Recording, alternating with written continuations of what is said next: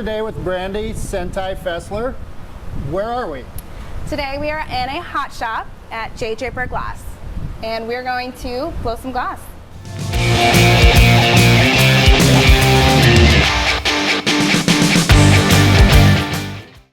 All right, Brandi, so a lot of technology here, a lot of equipment. Walk me through it. Tell me what we're looking at here and what it all does. Awesome. Okay, well, this is our furnace.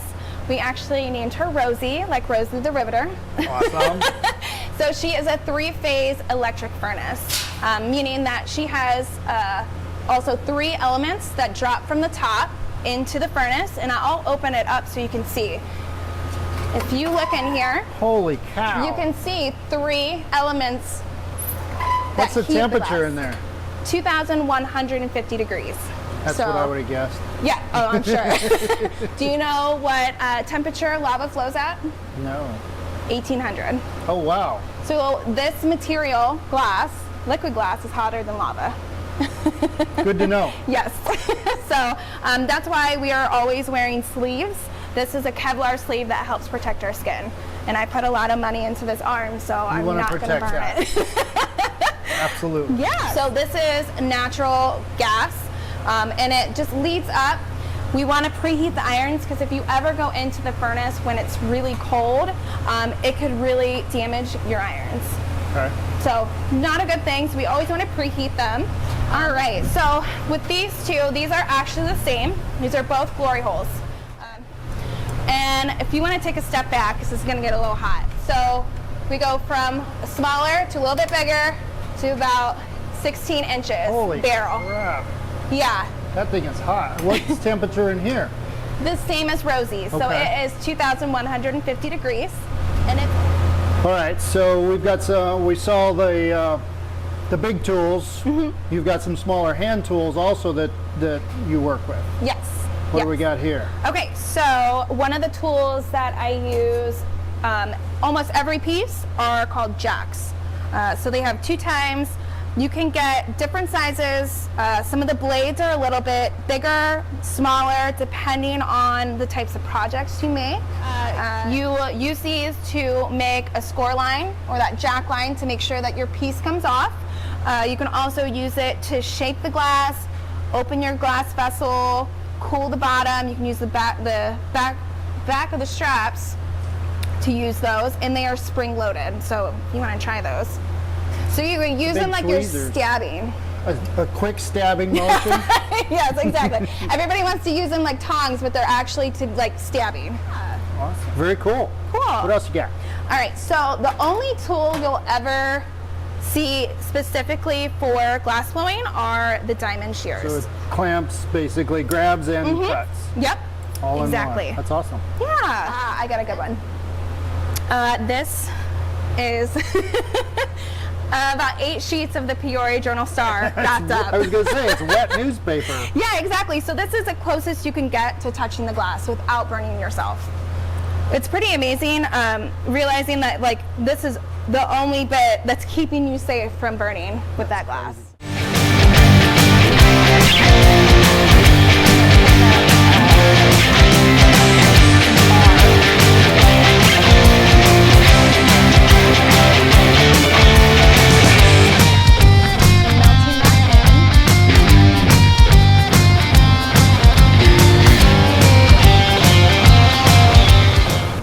Technology is such a love-hate relationship.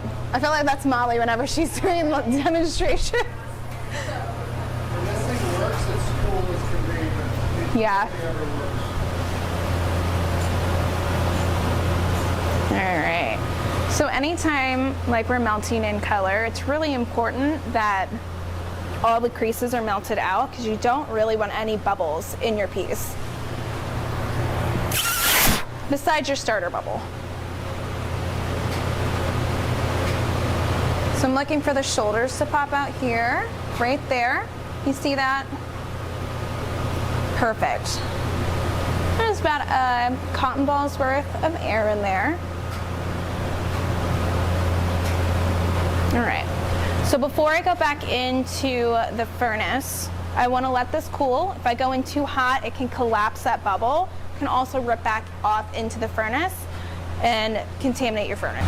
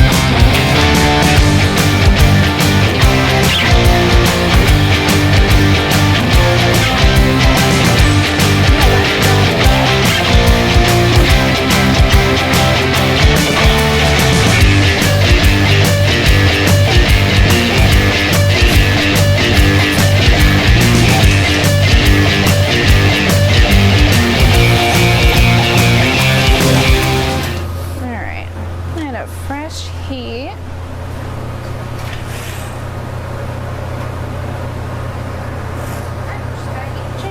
Awesome.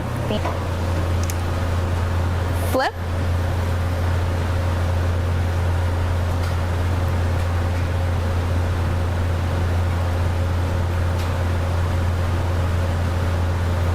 I'm going to take all of that. And there we go. Awesome. It's a little crazy wrap. I'm gonna go right here.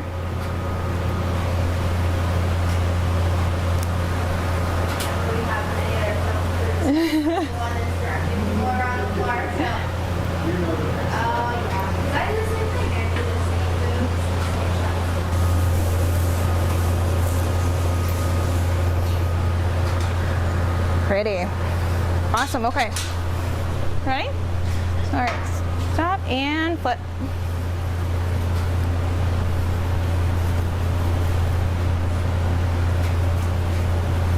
All right, stop for a second. All right, one more time. Okay, I'm happy with that. That looks really nice. So, okay. That looks really nice. Sounds great. Thanks, babe.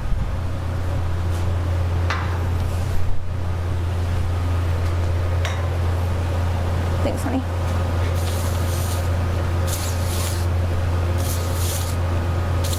Good job.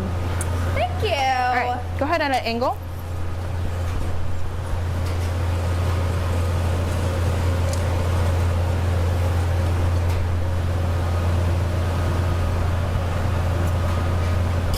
All right. Do you mind if I do that on the next one? And then I'll have you go ahead and get a step down.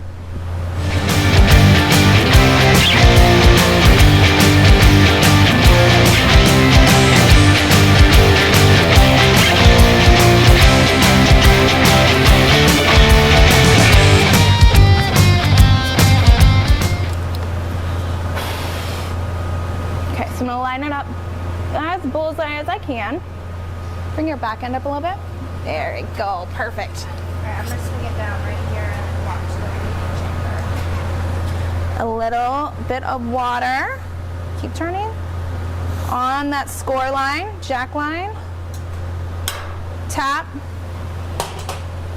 And there we go. Oh, yeah, why don't you go on that? Nice and light.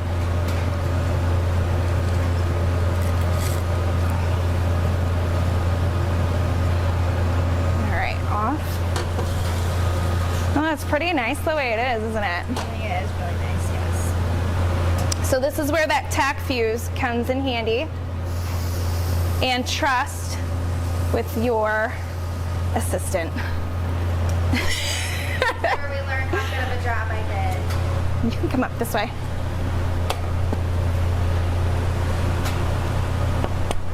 Beautiful. Beautiful. And there's the piece.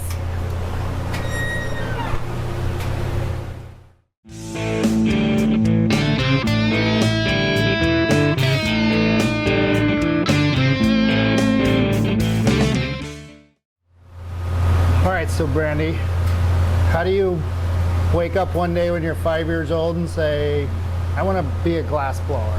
How does this happen? Well, it didn't quite work that way. I always said that I wanted to be an art teacher.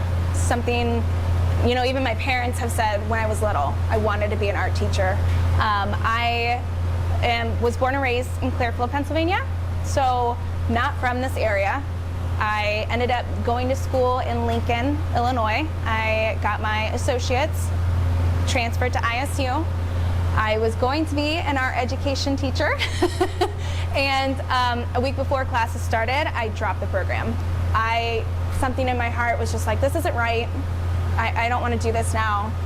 I was going to go for a drawing major, and I took glass as an elective. So you have to do so many 3D fundamentals, 2D fundamentals, and I fell in love. It was like halfway through the semester, and my life was changed. I've been blowing glass for almost 9 years, and it has just completely changed my life. I feel very fortunate to do something I love. I have done waitressing, I have been an income manager, a receptionist. I've done jobs that I have absolutely hated, and I've been depressed and really unhappy. And then I found that when I became more full-time working for my boss, Jeremy, I just became so much happier. I knew what I wanted, and I've gained so much confidence in myself, in my work, and I feel so blessed. There's so many people out there that they don't get to work in what they love. They get a job, you know, they follow what our parents told us, go to school, get that good job, like somehow doing this or doing another trade isn't a good job. Exactly. Do what you love. It's working with your hands. There's something to be said for creating, you know, whether it be art, whether it be pouring concrete sidewalks, whatever. There's something to be said for creating and having something outlast you. Absolutely. So along the way, you've no doubt had a lot of mentors teach you all the secrets and the things that they don't teach you along the way. So, oh yeah. Talk to me about some of your mentors along the way. Well, I first started off when I was in college with my professor, John Miller. He was the one that really talked me into fully going for glass blowing. So I definitely owe a lot to him. He taught me a lot of the original techniques, from my first gather to just using all the tools and helping me refine my techniques. I was very fortunate enough to find Jeremy, and she has been an even bigger mentor. Not just like in the studio, but doing a lot of business. She runs her own business, which has helped me be more firm on my prices and how to present myself, how to talk to customers, really just to be better, well-rounded. Well, that's a big piece of it. I'm glad you brought that up because you don't think about that.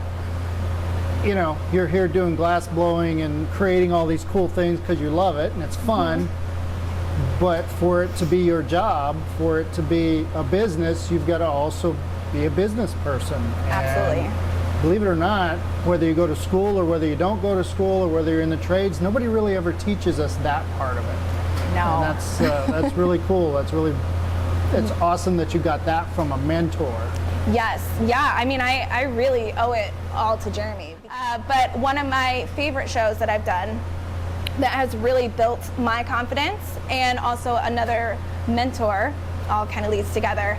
So I do a show in Chicago. It's called SOFA, Sculptural Art and Functional Designs. It is on the Navy Pier in the Festival cool. Hall. So, but the thing about the show is you have to be accepted by a gallery, and the gallery represents you as an artist. So Paul Nelson is one of the gallery owners. Paul and then Jean, they both run this gallery together for emerging artists. And I've done it for, I think, 3 or 4 years now. And working with those two has been tremendous. Paul and Jean have taught me to just, you know, go ahead and continue to talk to the customers, like just being myself, honestly. And That's always the being best. confident in my work, because that show has some of the best artists in the world, glass artists.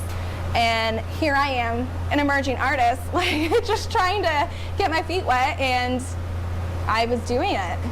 I was there, you know, and very successful. Your work speaks for itself. I mean, if you're showing at that level and you're being accepted, and I mean, and I've seen your work and I've seen you in action, it speaks for itself. Thank you. Yeah. So Brandi, talk to me about what kind of advice you would give to a young person. There's so many young people out there that all they're really being told is, you know, go to college and get that degree and take that traditional route. And it's not for everybody. And it's not a good or bad, it isn't for everybody. So what kind of advice would you have for that young person that just, you know, they're maybe 16, 17, 18 years old and not sure what to do? You know, I think one of the best things you could do for yourself is to go to either your local art center or your local community college, not taking a college course to actually get the credits, but there are courses where you can take to kind of get your hands wet and see, oh, would I like photography or would I like to weld? There's definitely options where you don't need that degree. And I think that the local community centers, the art centers, there's one in McLean County and there's one here in Peoria, and they are always offering classes of jewelry making, weaving, glass blowing. There's different options that you can go and try, and maybe jewelry isn't your pace, but maybe sewing is. You know, there's different options there, and I think it's really important that you push yourself to find something, and once you find it, just to continue. I mean, it's not going to be an easy road. It never is. Right. But pushing forward and continuing and just finding that love and that sense of this is where I need to be is really important. Yeah, it's a really cool idea. The non-credit courses are somewhere between an education and a hobby. Yes. You know what I mean? And you could go take 10 different non-credit courses to figure out what you want to do. Yeah, and you know what? I didn't have that growing up. I lived in a small podunk town, and I didn't have that opportunity until I moved away. All right, so Brandi, I want to thank you for spending the day with me, showing me all this cool stuff. It's been, to say it's been an education is an understatement. I appreciate it, and I thank you for spending the time. Thanks for coming in and hanging out with me. All right. So we'll see you next time here at Working Class.